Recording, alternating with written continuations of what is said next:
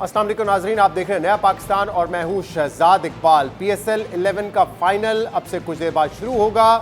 Peshawar Zalmi versus Hyderabad Kingsman. अब से कुछ देर पहले टॉस हुआ है, थोड़ा सा डिलेड टॉस था और पेशावर ज़ल्मी के कप्तान बाबर आजम ने टॉस जीत के पहले फील्डिंग का फैसला किया है। Babar Azam is back in form. इस PSL में उन्होंने अब तक 588 रन स्कोर किए, जो कि इस टूर्नामेंट का हाईएस्ट स्कोर है। एक रन बना लेते हैं तो फिर वो रिकॉर्ड तोड़ देंगे फखर जमान का। और उन्होंने इस मर्तबा जो रन स्कोर किए उसका स्ट्राइक रेट 146 था। याद रहे कि PSL का जो लास्ट सीजन था उसमें बाबर आजम ने सिर्फ 288 रन बनाए थे और 128 का स्ट्राइक रेट था। इंटरनेशनल क्रिकेट में भी उनका फॉर्म डिप हुआ था, लेकिन ये खुशाइन बात है कि अब उनका फॉर्म दोबारा आ चुका है और पहले से ज़्यादा तेज़ खेल रहे हैं। लेकिन वैसे तो ये PSL 11 जो है ऑब्वियसली पिछले टूर्नामेंट्स के मुकाबले में ज़्यादा बड़ा होना था। एक मेजर टूर्नामेंट इसलिए भी होना था क्योंकि इसमें दो नई टीम्स हैदराबाद और रावलपिंडी को ऐड किया गया था ऑक्शन के बाद। लेकिन एक सेटबैक PSL शुरू होने से पहले ये हुआ कि ईरान के खिलाफ अमेरिका और इसराइल ने जंग शुरू कर दी, हमला किया, जिसकी वजह से इस पूरे खित्ते में ऑयल सप्लाईज की डिस्ट्रप्शन शुरू हो गई, प्राइसेस में इजाफा हुआ और पाकिस्तानी हुकूमत ने उस वक्त ये फैसला किया कि हमें ऑस्टेरिटी की तरफ जाना है। लिहाजा जो सेटबैक सबसे बड़ा था क्राउड के लिए, जो फैंस के लिए, वो ये था कि क्राउड आने से मना कर दिया था, यानी कि जो तमाशाई है वो मैदान में आके मैचेस नहीं देख सके और सिर्फ नॉकआउट स्टेजेस के लिए हमने देखा कि तमाशाई को अलाउ किया गया था। और फिर कराची में हमने देखा बड़ी तादाद थी और आज भी गद्दाफी स्टेडियम में बड़ा क्राउड जो है वो एक्सपेक्टेड है। लेकिन इस PSL से हमने क्या हासिल किया है, क्योंकि दो तीन बड़े की पॉइंट्स थे। क्योंकि पाकिस्तान की जो परफॉर्मेंस है T20 वर्ल्ड कप्स में, चाहे 2024 का हो 2026 का हो, इतनी ज़्यादा अच्छी नहीं रही है। हमने नॉकआउट्स के लिए भी क्वालिफाई नहीं किया है। तो दो तीन पॉइंट्स है कि क्या हमारे पास एक अच्छा मिडिल ऑर्डर इस PSL के जरिए आ सकेगा। वैसे तो इस PSL को बुनियाद बनाया होता है हमने सिलेक्शन के लिए, क्योंकि पाकिस्तान का एक बड़ा टूर्नामेंट है। लेकिन ऑब्वियसली जो एक्सपर्ट्स है वही कहते हैं कि सिर्फ PSL की या सिर्फ एक PSL सीजन की बुनियाद पर सिलेक्शन नहीं होनी चाहिए। अगर कंसिस्टेंटली कोई बैटर अच्छा परफॉर्म कर रहा है या बॉलर अच्छा परफॉर्म कर रहा है तो फिर उसको टीम में आना चाहिए। तो क्या कोई अच्छा मिडिल ऑर्डर मिल सका? क्या जो ओपनिंग बैट्समैन बाबर आजम पहले काफ़ी अर्से तक कर चुके हैं, इस परफॉर्मेंस के बाद उनको ओपन करना चाहिए? जो फास्ट बॉलर्स हमारे क्रूशल मैचेस में मार खा जाते हैं, परफॉर्म नहीं कर पाते, क्या उनकी रिप्लेसमेंट्स हमें मिली? इन तमाम इशूज़ पर हम बात करेंगे, जिसके लिए हमें ज्वाइन किया है पाकिस्तान के साबिक कप्तान टीफ साहब ने। इसके अलावा हमें ज्वाइन कर रहे हैं अहमद शहजाद साहब, पाकिस्तान के टेस्ट प्लेयर हैं, और टेस्ट प्लेयर सिकंदर बख्श साहब भी इस प्रोग्राम में हमारे साथ होंगे। तो आप तीनों का बहुत बहुत शुक्रिया शो पर ज्वाइन करने के लिए।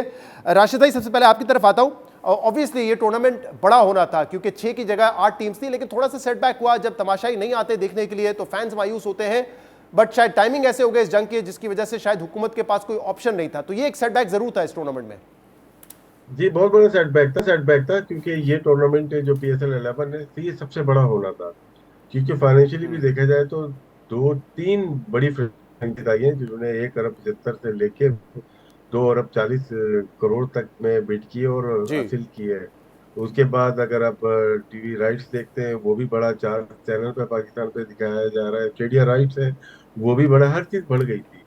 लेकिन अचानक से जो हालात इस खत्ते में हुए जिसकी बिना पे मैचेस होना थोड़ा सा मुश्किल लग रहा था। लेकिन पाकिस्तान क्रिकेट बोर्ड ने अपना और फ्रेंचाइज का लॉस लिया है। ये इन्वेस्टमेंट है जो कि मैं समझता हूँ आगे 9 जो फ्रेंचाइज के टूर्नामेंट होंगे PSL के, उसमें रिकवर करेंगे। क्योंकि कराना जरूरी इस वजह से था कि अगर नहीं होता तो ये बहुत बड़ा लॉस हो जाता और फिर मुश्किल हो जाती। क्योंकि दूसरी तरफ हम देखते हैं IPL हो रहा होता और पाकिस्तान में PSL नहीं हो रहा होता तो उससे बहुत ज्यादा बातें बन सकती थी। पाकिस्तान क्रिकेट बोर्ड ने अपना लॉस ज्यादा लिया है इसमें और जी। टूर्नामेंट को कराने की जरूरत की है और ये काबिल तारीफ भी है। और अब देखते हैं कि किस तरह से इसको वाइंड अप करते हैं। खैर खैरियत से पूरा टूर्नामेंट हो ही गया है सही। माशाल्लाह से। और हमने लेकिन देखा ये है कि आखिर में हमें तो जब क्राउड आ रहा है तो ऑब्वियसली जो गेम्स का मजा है वो ज्यादा जी बेहतर हो जी गया है। अहमद जी शहजाद जी साहब, पेशावर ज़ल्मी इस टूर्नामेंट में सबसे ज्यादा कंसिस्टेंट टीम रही है। Babar Azam is back in form, 2 centuries लगाई, 588 स्कोर किया उन्होंने।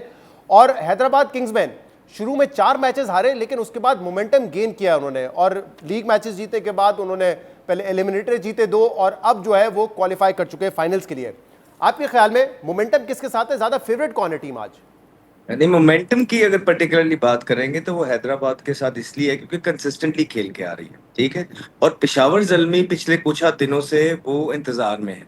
तो जहां तक स्पेसिफिकली आप मोमेंटम की बात कर रहे हैं वो हैदराबाद के, लेकिन कंसिस्टेंसी की बात करेंगे जी। या प्लेयर्स फॉर्म में बात करेंगे, इंडिविजुअल ब्रिलियंस की बात करेंगे, वो आपको जो है पेशावर जल्मी ने दिखाई है इस पूरे टूर्नामेंट के अंदर। और ये बहुत जबरदस्त मैच होने वाला है। अभी आप बात कर रहे थे कि क्या बाबर आजम को इन परफॉर्मेंसेस पे जो है वो पाकिस्तान टीम में एज एन ओपनर खेलना चाहिए कि नहीं। तो अभी शहजाद भाई इसमें काफी टाइम है। T20 की जो सीरीज है ना वो भी है ही नहीं, उसमें जी भी 1.5 साल है। और वैसे भी अगर आप बाबर आजम को देखेंगे तो एक आधा PSL छोड़ के तमाम PSL में उन्होंने परफॉर्मेंस की है। ठीक है, इसीलिए हम कहते हैं कि PSL का या किसी भी लीग का जो ग्राफ होता है उसको आप इंटरनेशनल से कभी भी कंपेयर नहीं करते हैं। जमीन और आसमान का डिफरेंस आ जाता है बॉलिंग में, प्लान्स में, वो आपके वीक एरियाज को ज्यादा हिट करते हैं। वेयर एज आपने कभी कभार इकट्ठे होना होता है लीग में आके और आपको लूज बॉल्स या लूज आप you get away sometimes with loose balls as well as a batter.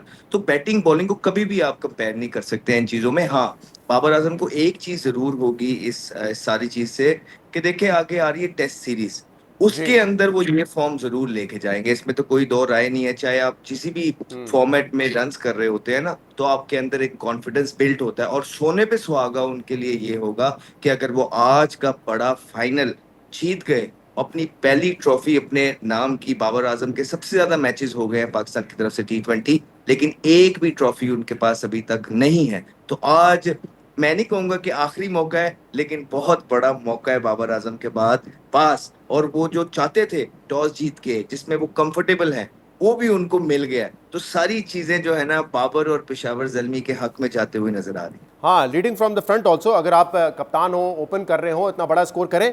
Rashid भाई, ये बात बड़ी इंपॉर्टेंट की है MS शहजाद ने, क्योंकि ऑब्वियसली बातें शुरू हो गई कि क्या उनको दोबारा T20 फॉर्मेट में ओपन करना चाहिए या नहीं करना चाहिए। लेकिन वो कह रहे हैं T20 तो है ही नहीं अभी, और ऑब्वियसली वर्ल्ड कप भी 2 साल बाद होगा, लेकिन वो अपना ये फॉर्म लेके जा सकते हैं ODI में और टेस्ट क्रिकेट में। बट फिर भी सवाल T20 के हवाले से मैं आपसे इसलिए पूछना चाहूंगा क्योंकि साहिबजादा फरहान ने भी वर्ल्ड कप में जो फॉर्म दिखाया वो कंटिन्यू किया, 380 रन बनाए हैं at a much better strike rate. उनका स्ट्राइक रेट 167 है, बाबर का 146 है। तो अगर आप कप्तान हो या सिलेक्टर हो तो क्या फरहान और बाबर आजम का कॉम्बिनेशन आप बनाएंगे, या वो अभी हम, क्योंकि अभी तो हम ये देख रहे हैं ना कि बाबर आजम के पास एक लग्जरी है कि सामने से हारिस खेलते हैं जो बहुत तेज खेलते हैं, फिर कुसाल मेंडिस बहुत ज़्यादा तेज खेल रहे हैं। कुसाल मेंडिस का स्ट्राइक रेट जो है इस सीजन में 169 का है। तो ये चॉइस बड़ी कॉम्प्लिकेटेड हो सकती है कि अगर ओपन कराएंगे फिर दो एक जैसे प्लेयर होंगे, फरहान भी वक्त लेते हैं, बाबर भी वक्त लेते हैं, तो क्या करेंगे आप? जी राशिद भाई। क्रिकेट चेंज हो गई है, मॉडर्न डे क्रिकेट पे खेलना चाहिए, नो डाउट। बाबर ने रन किए हैं, और रन किए हैं बाबर ने, उससे पहले भी वो रन करते हुए आए हैं। अहमद की बात से इत्तेफाक करूंगा कि देखिए अभी टाइम बहुत है, और इस टाइम में अगर हमने हारिस को जाया किया है। हारिस तेज खेलते हैं, और इसमें भी गर्मी में शुरू में वही खेले 15 बॉल पे 30 या 35 या 40 रन कर रहे हैं, तो मोमेंटम में तैयार हो जाता है। तो हारिस जो दूसरे प्लेयर्स हैं जो तेज खेलते हुए हो, उनको फरहान के साथ आजमाना चाहिए। अभी ना ये अगले महीने होती तो तब भी मैं यही बात करता कि बाबर आजम को कॉन्सेंट्रेट अब वनडे और टेस्ट मैच में ज्यादा करना चाहिए। ओके, तो आप समझते हैं एक अच्छे सीजन के बाद भी आप समझते हैं कि मोहम्मद हारिस और साहबजादा फरहान अगर अगले महीने भी T20 होता तो उनको ओपन करना चाहिए था। Fair of. एक बहुत बड़ा इशू राशिद भाई हमारे मिडिल ऑर्डर के साथ रहा है कि मिडिल ऑर्डर में हमें वो प्लेयर्स नहीं नजर आते। आप इंडियन टीम देखें, ऑस्ट्रेलियन देखें, आपको नजर आएगा सिर्फ ओपनर्स पे डिपेंड नहीं करते, मिडिल ऑर्डर बड़ा स्ट्रांग होता है। पाकिस्तान का नहीं है, और स्पेशली फिर हम देखते हैं बहुत सारे हम ऑलराउंडर्स को खिलाते हैं। कुछ लोग कहेंगे सो कॉल्ड ऑलराउंडर्स हैं, जिसमें नवाज भी हैं, शादाब भी हैं, फ़हीम भी हैं, जिनको आप मिडिल ऑर्डर में खिला देते हैं। क्या इस PSL में आप आइडेंटिफाई कर सकें कि 2-3 अच्छे मिडिल ऑर्डर प्लेयर्स हैं जो कंसिस्टेंटली परफॉर्म कर रहे हैं, उनको मौका मिलना चाहिए? देखिए जो मिडिल ऑर्डर रन कर रहे हैं, जैसे उस्मान की बात अगर आप करते हैं, वो भी ओपनिंग प्लेयर है ना। वो भी इंटरनेशनल में फ्लॉप हो गए, अगर उन्होंने 30-35 मैच खेले हैं। ताइम अयूब, वो भी ओपनिंग प्लेयर है, वो यहाँ पे मिडिल ऑर्डर में बैटिंग कर रहे हैं, वो भी बहुत ज्यादा परफॉर्मेंस नहीं करके। समद एक हैं, उनके भी बहुत ज्यादा रन इस PSL में नहीं है। इरफान न्याजी हैं, उनके भी बहुत ज्यादा रन इस PSL में नहीं है। हमें ये खला पूरी करनी पड़ेगी। इफ्तिखार खेल रहे हैं, उनके भी रन नहीं, उन्होंने आउट किए हुए हैं। तो मिडिल ऑर्डर हमें ऐसे चाहिए जो कि गेम को लेके चले और सिचुएशन के मुताबिक खेलें। तो ये एक हमारे पास जो कला है उसको हमें पूरा करना पड़ेगा किसी भी सूरत में। अभी मिडिल ऑर्डर हमें इस सीरीज में नहीं मिले। अच्छा, आपके ख्याल में नहीं मिले। MS शहजाद साहब, आपकी क्या राय है इस पे? उस्मान ने बड़ा अच्छा फॉर्म दिखाया, सेंचुरी स्कोर की, 381 स्कोर किया at a strike rate of 163। Fakhar Zaman जो है वो ऑब्वियसली लाहौर कलंदर के लिए खेलते हैं, एज एन ओपनर खेलते हैं, 401 रन बनाए। तो आपका भी ख्याल है कि मिडिल ऑर्डर में कोई हमें ऐसा फाइंड नहीं मिला है जिसको हम यूज़ कर सकते हैं इंटरनेशनली? देखिए जिस तरह फरहान यूसुफ है, थोड़ा सा टाइम उनको डोमेस्टिक के अंदर अभी चाहिए। उनको भी पकने देना चाहिए, वक्त से पहले हो जाएगा। पोटेंशियल उन्होंने जरूर शो की है, लेकिन अभी उनका शायद राइट टाइम है नहीं। आप साथ साथ जरूर रख सकते हैं, हाँ। और उसके अलावा अगर आप देखेंगे पूरी टूर्नामेंट के अंदर, तो हर टीम के अंदर जो ओपनर्स हैं वही मिडिल ऑर्डर खेल रहे हैं। अगर वो मिडिल ऑर्डर हैं, तो जिस तरह पिंडी के पास थे, लाइक मिचेल को रखा हुआ था, सैम बिलिंग्स था, अभी नीचे चैपमैन था, वो दूसरी टीम में। तो पाकिस्तान के जो मिडिल ऑर्डर्स हैं, उन्होंने इतना एक्स्ट्रा परफॉर्मेंस करके नहीं दिखाया, और वो भी ओपनर्स ही थे जिनको नीचे लेके आया गया है। मैंने पहले भी बोला है कि जिस मुल्क के अंदर शॉर्टेज होती है, वहां पे अगर कोई पोटेंशियल नजर आता है तो उसको सपोर्ट करना चाहिए, बनाना चाहिए। जब हसन नवाज की शक्ल में आपको नंबर 4 का बैट्समैन पिछले साल मिला था, जब पिछले टूर्नामेंट के अंदर उसने पीएसएल के अंदर जबरदस्त परफॉर्मेंस दिखाई थी, फिर जब आप पाकिस्तान टीम के साथ उसको लेके गए थे, तो क्यों उसका नंबर खराब किया था? तो यही तो वो वजूहात थी, जब हम आपके शो में इधर उधर बैठ के जियो पे हर नेटवर्क पे बोल रहे थे कि यार आप गलत कर रहे हैं मोहम्मद हारिस के साथ, पोटेंशियल वाला आप गलत कर रहे हैं हसन नवाज के साथ। तो यही वजह है कि या तो आपके पास पीछे बहुत बहुत बड़े माइकल बेवन बैठे हो, तो हम कहें कोई बात नहीं यार, हसन नवाज चला गया है तो माइकल बेवन आ जाएगा। जब नहीं है तो, और एक में पोटेंशियल नजर आई है, तो आपने उसको सपोर्ट नहीं करना। मुझे लगता है कि यहाँ पे तमाम तर सपोर्ट जो है ना, अपने ही फेवरेट्स लोगों के लिए मौजूद है। हाँ, जो आपका फेवरेट नहीं है, आपके ग्रुप में नहीं है, आपकी सेटिंग में नहीं है, किसी बड़े को सलाम नहीं करता, तो इस वजह से जो है ना, उनको इस तरह से ख्याल नहीं रखा गया है। इस टूर्नामेंट के अंदर भी आप देखेंगे तो चंद आध इनिंगें हसन नवाज ने अच्छी खेली हैं। फिर जी। हो ये रहा था क्योंकि क्वेटा ग्लैडिएटर्स हार रहा था, तो वो हार के फिर उसका भी नंबर चेंज करते जा लेकिन रहे थे। अहमद साहब, हमने देखा है और शायद आप अपने करियर को भी इस तरह देखते हैं, जब भी आप आए थे आपके हवाले से था कि आप बड़ा तेज खेलते हैं और आते साथ ही जो है एक अच्छा स्टार्ट देते हैं। फिर आपकी क्रिकेट भी हमने देखी, शायद जब बार बार ड्रॉप किया गया कि आपका स्ट्राइक रेट नीचे जाने लगा, क्योंकि एक मोहतात हो जाता, इस तरह कॉन्फिडेंस नहीं दिया जाता। हसन नवाज जब आए थे शुरू में, तो इसीलिए मशहूर हो रहे थे कि वो आते साथ मिडिल ऑर्डर में एक इम्पैक्टफुल इनिंग खेल सकते हैं। लेकिन उनका स्ट्राइक रेट अगर आप अभी देखें, जो डोमेस्टिक T20 हुई थी या इस PSL में देखें, वो तो बहुत कम हो गया। वो भी आते हैं, टाइम लेते हैं, सेट होते हैं और फिर मारते हैं। यानी कि उनको किसी ने कहा होगा कि भाई अपनी विकेट बचा के खेलो, ऐसा ना हो कि मारने में शुरू में ही आउट हो जाओ और टीम से ड्रॉप हो जाओ। तो फिर जो उनका एक नेचुरल गेम था, उसको तो तब्दील कर दिया हमने। यही वजह है कि जब हम नेशनल टेलीविजन पे बैठ के कुछ बोलते हैं, तो वो अपने एक्सपीरियंसेस से ही बोलते हैं। ये चीजें हमने सही हैं। जब आपने किसी का करियर तबाह करना होता है, जब आपका कोई फेवरेट नहीं होता, आप उसको बार बार निकालते हैं। ठीक, 8 दफा निकालते हैं। मुझे ये बताएं, कोई किसी भी इंटरनेशनल क्रिकेटर से पूछ ले कि क्या कम बैक करना आसान है हमारी डोमेस्टिक से, वो आपको यही कहेगा नहीं। तो जो इंसान 8 दफा 7 दफा कर लेता है, इसका मतलब है कि पोटेंशियल तो बहुत ज्यादा मौजूद, राइट, कि सबके ना चाहने के बाद भी वो इंसान बार बार आता रहा। लेकिन किसी ने ये नहीं कहा कि नहीं यार, हम ज्यादती कर रहे हैं, हम तरीके से इसको डेवलप करते हैं। वही चीजें आप देखें मोहम्मद हारिस के साथ की जा रही, वही चीजें आप देखें कि हसन नवाज के साथ की जा रही हैं, और भी तमाम और कुछ लोग हैं जिनके साथ डोमेस्टिक के अंदर इस तरह का रवैया रखा जा रहा है कि आपको हम क्या क्या बताएं, और बता भी चुके हैं। तो इससे होता क्या है, हमें तो क्रिकेटर है, हमें पता है, इंसान का सारा थॉट प्रोसेस खराब हो जाता है। अब बॉलिंग पे आते हैं। पहले सबसे पहले फास्ट बॉलर्स पे बात कर लेते हैं अहमद साहब, फिर हम सुफियान मुकीम पे भी बात कर लेंगे। राशिद भाई, क्रूशल मैचेस में हमने देखा है कि वो फॉर्म नहीं नजर आई। मोहम्मद हारिस की एशिया कप का फाइनल हो, 2024 में यूएस के खिलाफ मैच हो, उन्होंने काफ़ी रन दे दिए। और अभी मैं देख रहा था कि शायद सलमान अली आगा ने यह कहा भी है कि गलती हो गई, एशिया कप में अबरार को ओवर देना चाहिए था हारिस के बजाय। दूसरा, शाहीन शाह अफरीदी का वो फॉर्म हमें नजर नहीं आ रहा है, और इस टूर्नामेंट में भी हमने देखा कि 16 रन दिए, लेकिन एक दो क्रूशल मैचेस थे जहां वो रन खा गए। आपको लगता है उनकी रिप्लेसमेंट है? क्योंकि बहुत सारे लोग कह रहे हैं आकिफ जावेद, जिन्होंने 3 मैच में 7 विकेटें लिए थे पाकिस्तान के लिए, उसके बाद वो गायब हो गए सीन से, उनको मौका देना चाहिए। अली रजा अच्छा पेस है, 149 150 तक वो टच करते हैं, क्या फौरी तौर पर उनको भी फास्ट ट्रैक करना चाहिए टीम में? फौरी तौर पे तो कर देना चाहिए था अली रजा को, लेकिन वो उनकी इंजरी के इश्यूज थे, उसके बाद वो उनको सिलेक्ट भी नहीं किया गया। नए में आकिफ खेले हैं, न्यूजीलैंड का टूर किया था लास्ट ईयर, उन्होंने अच्छी बॉलिंग की थी, वनडे में स्पेशली बहुत अच्छी परफॉर्मेंस रही थी। T20 में एडजस्ट नहीं हो पाए थे, लेकिन वो दोबारा आ सकते हैं टीम में। आपको एकदम से सारे चेंज नहीं करने होंगे, आहिस्ता आहिस्ता ट्राई कर लें। और बहुत ज्यादा चेंज नहीं होगा। अगर बॉलिंग की बात करते हैं, ठीक है, PSL के लिहाज से, इसके स्टैंडर्ड के लिहाज से बॉलिंग ठीक है, लेकिन जब हम compete करेंगे इंटरनेशनल क्रिकेट में भी बैकफायर हो जाए कुछ बॉलर्स का। हुनैन शाह भी हैं, साथ में मोहम्मद बासित बॉलिंग कर रहे हैं, अली रजा की आपने बात की है, जी, हुनैन ने और भी बड़ा चंद अच्छा, एक ऑब्वियसली 2-3 मैचेस में हाँ, बड़ा क्रूशल मैचेस में कर रहे परफॉर्म हैं। किया है लेकिन अंडर क्या है प्रेशर। कि ये ऐसा नहीं है कि रिप्लेसमेंट मिल गई आपको। वो डिफरेंट लेवल का गेम होता है वहां पे। और ये लोग तो उतनी ज्यादा क्रिकेट खेले हुए हैं, और ये भी एडजस्ट नहीं हो पा रहे, चाहे शाहीन हो, चाहे हारिस रऊफ हो, या दूसरे बॉलर हो, नसीम शाह हो। तो यानी कि हमारा स्टैंडर्ड लो हो चुका है, चाहे वो बैटिंग हो या बॉलिंग हो। हमें compete करना पड़ेगा इंटरनेशनल जो क्रिकेट खेल रही है, उनके बैट स्विंग देख लें, उनकी फील्डिंग देख लें, उनकी बॉलिंग देख लें, उनकी स्पिन देख लें। हम कहीं तो compete कर ही नहीं रहे। हाँ, हम एक की जगह दूसरा प्लेयर जरूर डाल सकते हैं, लेकिन गारंटी कोई नहीं हुई कि मैच विनर होगा। हाँ, लेकिन इससे तो बेहतर है ना कि वही प्लेयर्स जो नहीं परफॉर्म कर रहे जी एट अ बिगर स्टेज, जी जी, तो आप उसमें उनको उसमें हो आजमाएं। तो सकता है। बेहतर तो ये नहीं है कि फिर आप मौका दें नए प्लेयर्स को। जी। हाँ, बिल्कुल कर सकते हैं उसमें, लेकिन एकदम से सारे नहीं, आहिस्ता आहिस्ता चीजें चेंज होती हैं। हम्म। और हम अक्सर यही करते हैं कि नी जग करते हैं और 4-8 प्लेयर हम चेंज कर देते हैं। हम्म। उसके बाद अगली सीरीज में वो वापस आते हैं। अक्सर अहमद शहजाद को आपने बोलते हुए सुना होगा कि एकदम से चेंज करते हैं, फिर वापस आने का रास्ता उनका बन जाता है कि फ्लॉप हो जाते हैं।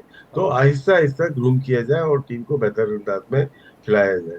सही। आप इत्तेफाक करते हैं अहमद शहजाद साहब कि अगर पुराने प्लेयर्स 2 टूर्नामेंट हो चुके हैं, हम क्वालिफाई भी नहीं कर रहे, और वही प्लेयर्स अगर नहीं अंडर परफॉर्म करते हैं क्रूशल मौकों पे, तो फिर नए प्लेयर्स को आजमाना चाहिए। हुनैन ने बड़ी अच्छी बॉलिंग की अंडर प्रेशर।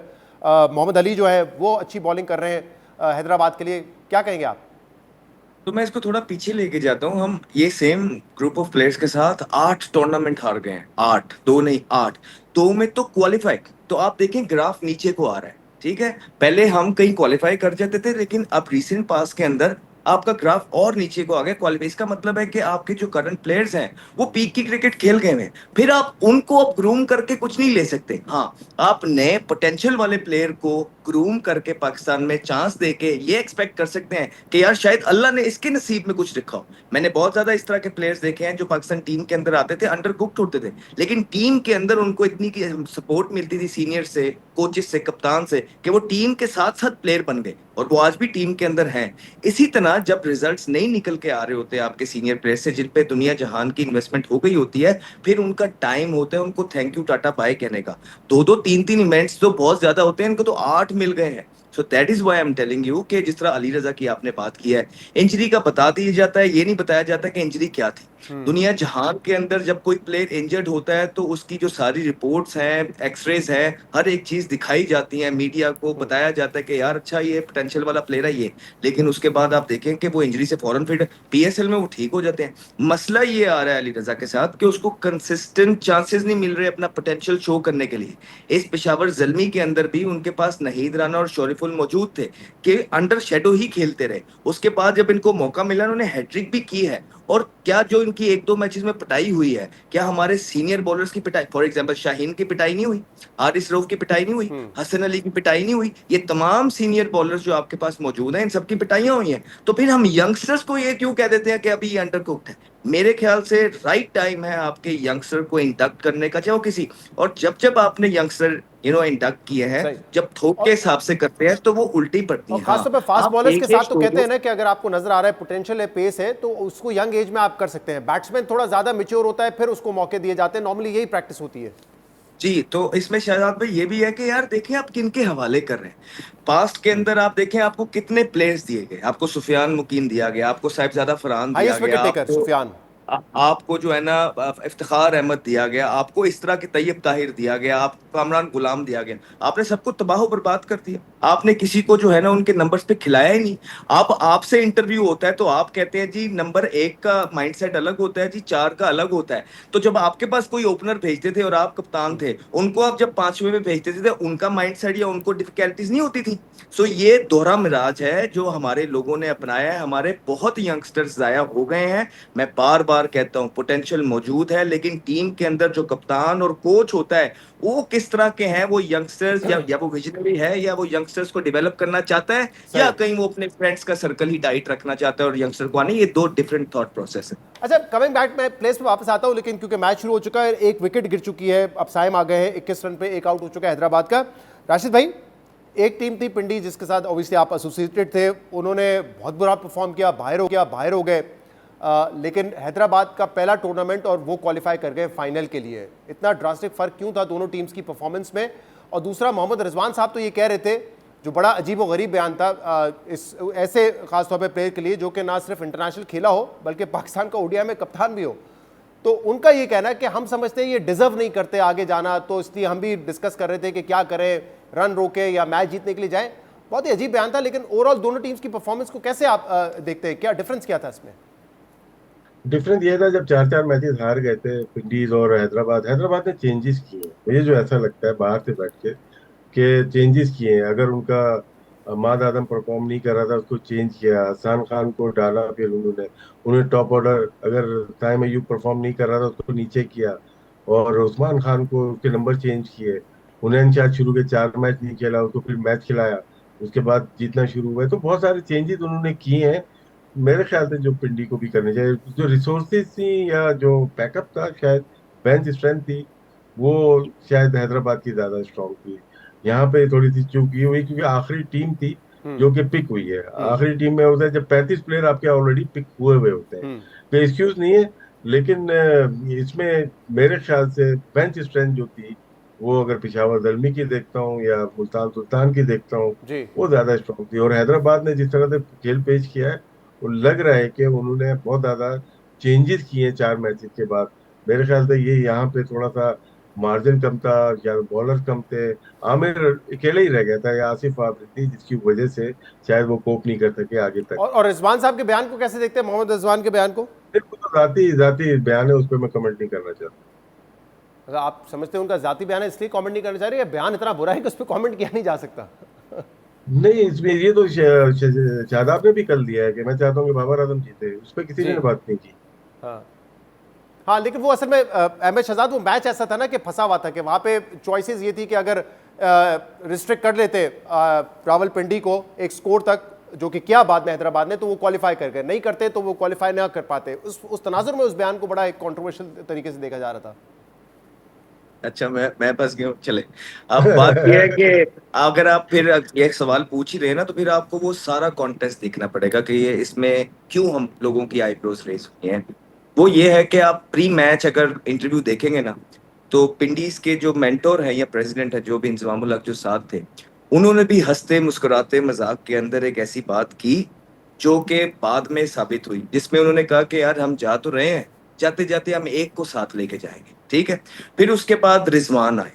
रिजवान ने भी कहीं ना कहीं अपनी जो सिंपथीज है या ख्वाहिश का इजहार कर दिया ऑन गोइंग मैच को लेते हुए। ठीक है, एक है कि आप बाहर हो गए, बाहर होके प्रेस कॉन्फ्रेंस कर रहे हैं और आप कहते हैं कि यार लाहौर जीत जाए या बाबर जीत जाए।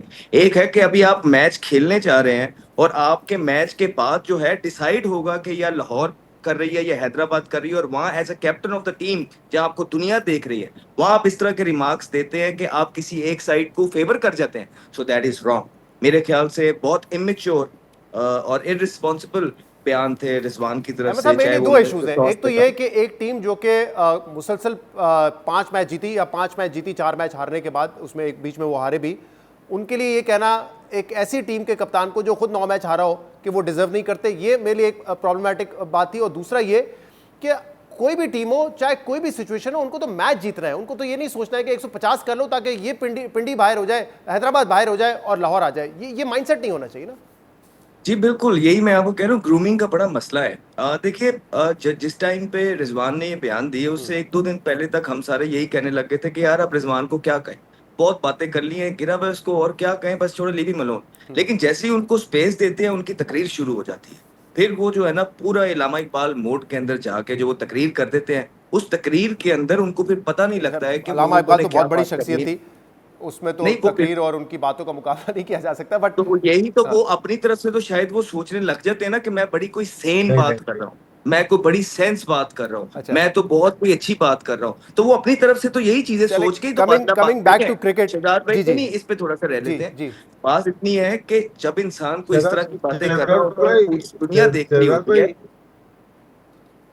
जी। अच्छा, इस वक्त जो है 35 पे एक आउट हो चुका है, 3.3 ओवर में, शहजाद और भाई, वहाँ सदाकत शहजाद आउट हुए भाई, हैं। जी जी जी, मैं का स्कोर बता दूं जरा, जो देख रहे हैं इस आवाज वक्त। आ रही है? जी जी, बताइए बताइए। जी शहजाद भाई, इसमें ये है कि ना, देखिए, मैं हूँ या रिजवान या अहमद शहजाद, कोई कमेंट नहीं कर सकता किसी टीम के बारे में, ठीक है, नंबर वन। लेकिन हैदराबाद ने जिस तरह से क्रिकेट खेली है ना, जो जी सांबा यूनाइटेड, तो उसे वो साबित होता है कि यार वो कोई भी टूर्नामेंट, कोई भी मैच किसी वक्त भी जीत सकते हैं। देखिए, 6 रन वाला तो जो मैच हमने देखा है, वो तो बहुत ही रेयर केसेस होते हैं। फिर उसके बाद मुल्तान सुल्तान को जिस तरह से मैच उठाया, तो पिंडी तो उनके लिए तो मामूली चीज थी ना। 9 मैच वो वैसे ही हारी हुई है, सही। उनके लिए इतना मुश्किल नहीं था। अगर आज हम बैठ के देखते हैं तो वो मैच लगता है कि हैदराबाद ने बहुत ही अच्छा खेला। जी जी एब्सोल्युटली, उन्होंने स्कोर बहुत ज़्यादा किया उस दिन और मैक्सवेल भी चले। राशिद भाई, क्योंकि टेक्निकल एस्पेक्ट्स में भी आप बहुत ज़्यादा बात करते हैं, एक तो हमने कहा ना बाबर आजम के पास ये फ्रीडम था कि हारिस है और कुसाल मेंडिस है, लेकिन ऑब्वियसली उन्होंने खुद परफॉर्म किया, 2 सेंचुरीज की, स्ट्राइक रेट बेहतर किया, तो कह रहे हैं कि वो अपने बेसिक्स पे वापस गए। बीच में वो शायद पावर हिटिंग की कोशिश कर रहे थे क्योंकि दबाव ज़्यादा था स्ट्राइक रेट बढ़ाने का, लेकिन अब वो दोबारा अपने टाइमिंग वाले गेम पर वापस आए। तो आपने भी ये महसूस किया टेक्निकल चेंज किया उन्होंने, अपने गेम पे वापस गए, इसलिए फर्क पड़ा है? थोड़ा बहुत आप कह सकते हैं, लेकिन ज्यादा जो फर्क पड़ा है ना, तो राइट लेफ्ट देखा जाता है कि हारिस की बैटिंग और कुशाल मेंडिस की बैटिंग। देखिए शुरू में उनको 2-3 ओवर मुश्किल होती थी, लेकिन सारा प्रेशर जो ले गया वो हारिस ले गया, और साथ में वो खेले भी अच्छा। वो खेले, थोड़ा बहुत चेंज होता है, लेकिन जिस मोड में वो खेल रहे थे, बाद में छक्के मारे ना उन्होंने, जी जी उनका स्टाइल, वे ऑफ स्टाइल खेलने का वही था कि 35 से 40 बॉल पे 50 है, नेक्स्ट 20 बॉल के ऊपर 50 पे है। सही है। तो पहले वो आउट हो जाते थे 30-35 पे, और 30-35 बॉल खेलते थे। अगर लास्ट हम पीएसएल देखते हैं, इस दफा 30-35 बॉल खेल के 50 किए और आउट नहीं हुए। फिर वो 100 तक 2 दफा गए, तो वो आपको अलग नंबर लग रहे हैं। तो ये फर्क ज्यादा नहीं है, बस इन्होंने लंबी इनिंग खेली है, मुझे जो लगता है। ठीक है जी, बहुत बहुत शुक्रिया अहमद शहजाद साहब और अशरफ लतीफ़ साहब, आप वहाँ थे। 40 पर 1 आउट है इस वक्त हैदराबाद का, 4 ओवर्स हो चुके हैं। देखते हैं कि आज का मैच कौन जीतता है। बाबर आजम के लिए अगर ये वो मैच जीतते हैं तो ये टूर्नामेंट विक्ट्री उनकी पहली होगी और बहुत बड़ी कामयाबी उनके लिए होगी, क्योंकि उन्होंने स्कोर भी किया है and he led from the front. Program में एक ब्रेक शामिल करते हैं, मजीद बात करेंगे इससे।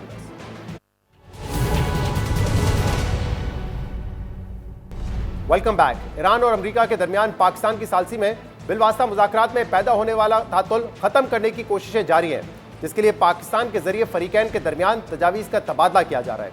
लेकिन इस सब में अमरीकी सदर के गैर संजीदा और जल्दबाजी में दिए गए बयानात सूरत हाल को मुसलसल पेचीदा और कन्फ्यूजन का शिकार कर रहे हैं, क्योंकि ईरान ने जुमेरात को पाकिस्तान के जरिए अमेरिका को बातचीत का दोबारा आगाज करने के लिए अपना नज़रसानी जवाब भेजा था, जिसे अमरीकी सदर ट्रंप ने फौरी तौर पर ही नाकाफी करार देकर मुस्तरद कर दिया था। मगर हैरानकुन तौर पर अब यह बात सामने आ रही है कि सदर ट्रंप ने ईरानी तजावीज़ मुस्तरद करने से पहले ईरानी तजावीज़ का तफसीली जायजा ही नहीं लिया था, बल्कि उनकी इंतजामिया की जानिब से सरसरी तौर पर जो बताया गया था उसकी बुनियाद पर सदर ट्रंप ने ईरान की तजावीज़ को मुस्तरद करके दुनिया भर की मार्केटों को हिला दिया। और अब उन्हीं सदर ट्रंप का नया बयान सामने आया है, जिसमें उनका कहना है कि वो अब ईरानी तजावीज़ का जायजा ले रहे हैं। सदर ट्रंप ने कहा कि मुझे पहले सिर्फ तजावीज़ से ज़बानी तौर पर आगाह किया गया था, मगर असल मतन अब पेश किया जा रहा है। No, I haven't. I'm looking at it up here. Yeah, I'll let you know about it later. They told me about the concept of the deal. They're going to give me the exact wording now. What circumstances would you restart military strikes on targets? Well, I don't want to say that. I mean, I can't tell that to a reporter. If they misbehave, if they do something bad, but right now, we'll see. But, you know, it's a possibility that could happen, sir. अमरीकी सदर कह रहे थे कि उन्हें ईरानी तजावीज़ के असल अल्फाज से अब आगाह किया जाएगा, जबकि सोशल मीडिया पोस्ट में सदर ट्रंप ने यह भी कहा है कि उन्हें नहीं लगता कि ईरान की तजावीज़ काबिल कबूल होंगी, जबकि कल वो अपने एक बयान में ये भी कह चुके हैं कि अगर ईरान से अच्छी डील ना हो तो कोई डील ना होना ही बेहतर है। मगर इस पूरे मामले में हैरत की बात यह है कि अमरीकी सदर ने इस वक्त ही ईरानी तजावीज़ पर अपनी मनफी राय दे दी थी, जब उन्हें ईरानी तजावीज़ का जायज़ा भी नहीं लिया था। यानी एक ऐसा तनाज़ा जो कि न सिर्फ पूरी दुनिया की मईशत बल्कि करोड़ों इंसानों के लिए ज़िंदगी और मौत का मसला बना हुआ है। सदर ट्रंप उस तनाज़े को अपने गैर संजीदा बयानात से मज़ीद उलझा रहे हैं, जबकि दूसरी तरफ ईरान ने भी अब अपना जवाब पाकिस्तान के जरिए अमरीका को पेश करके बॉल अमरीका के कोर्ट में होने का पैगाम दे दिया है। ईरानी मीडिया के मुताबिक ईरान के नायब वज़ीर ख़ारजा काज़िम गरीबाबादी ने मुज़ाकरात पर गैर मुल्की सफ़ीरों को ब्रीफिंग देते हुए कहा कि ईरान ने नई तजवीज़ पाकिस्तान के हवाले कर दी है, जिसका मकसद जंग का मुस्तकिल खात्मा है। अब फैसला अमरीका के हाथ में है कि वो सफारतकारी का रास्ता इख्तियार करता है या कशीदगी को जारी रखता है। ईरान दोनों सूरतों के लिए तैयार है। ईरानी पासदारान इनकलाब ने भी अपने एक बयान में कहा है कि अमरीका के पास अब 2 ही ऑप्शन हैं, नामुमकिन फौजी ऑपरेशन या खराब मुआहदा, और इन दोनों में से किसी एक का इंतखाब करना होगा। जबकि पाकिस्तान में ईरानी सफ़ीर रज़ा अमीरी मुकद्दम ने भी ईरानी मीडिया को इंटरव्यू में कहा है कि मुज़ाकरात में पेशरफ्त अमरीकी रवैये पर मुनहसर है। ईरान अपने मौक़िफ़ और मुतालबात में शफाफ है, अगर अमरीका संजीदा है तो उसे अपना रवैया बदलना होगा। उन्होंने कहा कि जंग के खात्मे के लिए नया मुज़ाकराती मनसूबा पाकिस्तान के जरिए अमरीका तक पहुँचा दिया गया है।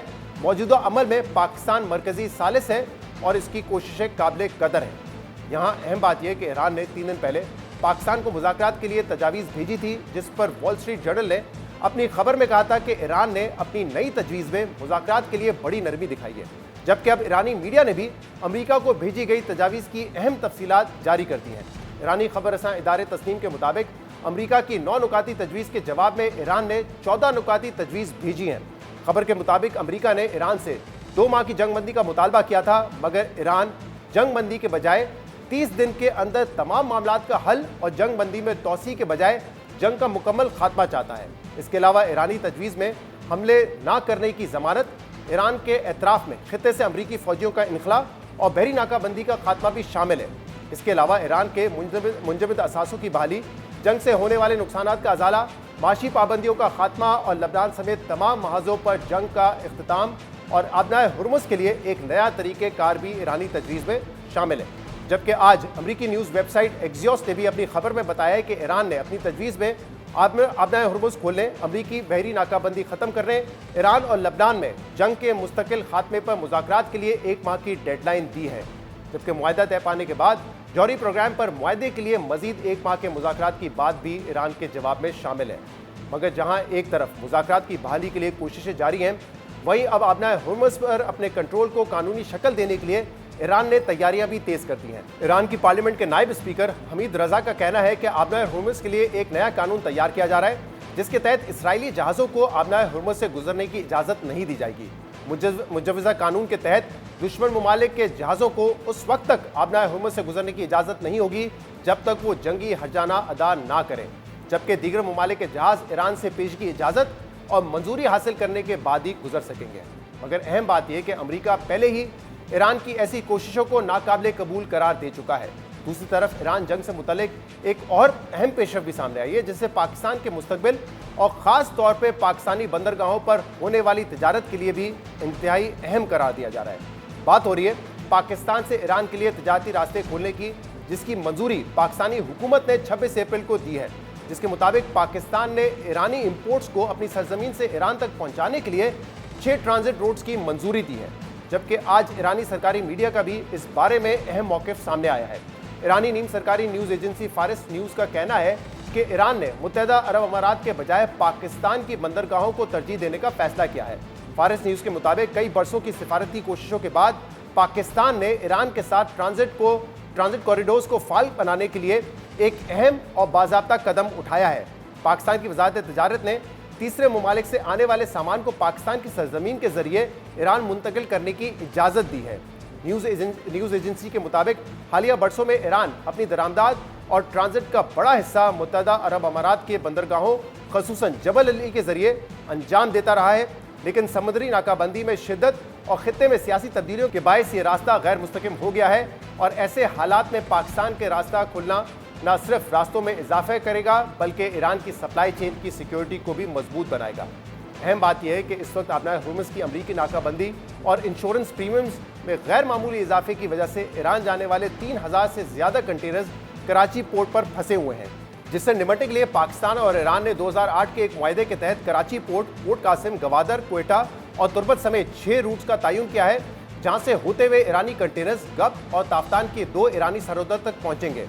अल जज़ीरा की रिपोर्ट के मुताबिक ईरान की सरहद तक पहुँचने का सबसे छोटा रूट गवादर गब्त कॉरिडोर है। इस कॉरिडोर के जरिए गवादर से ईरानी सरहद पहुंचने में सिर्फ 2 से 3 घंटे लगेंगे, जबकि कराची पोर्ट से ईरानी सरहद पहुंचने में 16 से 18 घंटे लगते हैं। मगर जहां इस तजारती रूट की बहाली से दोनों मुल्कों के लिए मुआशी मौके मौजूद हैं, वहीं अमेरिका की नाराज़गी का खतरा भी मौजूद है, क्योंकि अमेरिका पहले ही ये कह चुका है कि ईरान से तजारत करने वाले मुल्कों पर मुआशी पाबंदी लगा दी जाएगी। लेकिन अच्छी बात यह है कि कल जब सदर ट्रंप से पाकिस्तान के लैंड रूट खोलने से मुतल्लिक सवाल हुआ तो उन्होंने पाकिस्तान के खिलाफ कोई बात नहीं की और सिर्फ इतना कहा कि उन्हें इस बात का इल्म है। तो क्या हम एक ब्रेक शामिल करते हैं, मजीद बात करेंगे इसके बाद।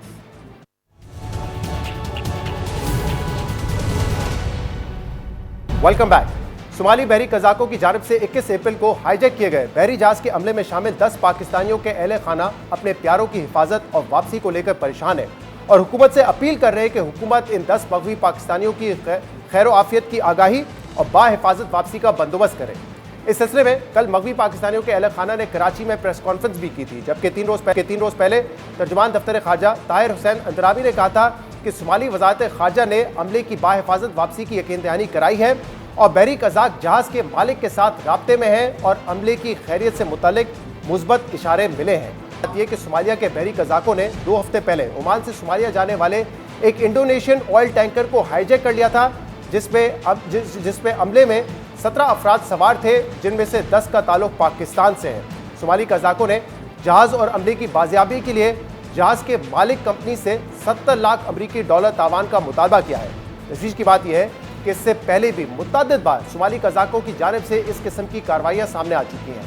ऐसे ही एक वाक़े में 2 साल पहले बांग्लादेश के कार्गो जहाज़ को भी सोमालिया के बहरी कज़ाकों ने अगवा कर लिया था, जिस पर 23 अफराद पर मुश्तमिल अमला सवार था, जो तमाम बांग्लादेशी शहरी थे। कज़ाकों ने 1 महीने तक जहाज़ और अमले को अपनी तहवील में रखा था, जिसके बाद जहाज़ की मालिक कंपनी और बैनुल-अक़वामी इंश्योरेंस कंपनी ने बहरी कज़ाकों को 50 लाख अमरीकी डॉलर का तावान अदा करके अमले और जहाज़ को बाजियाब करवाया था।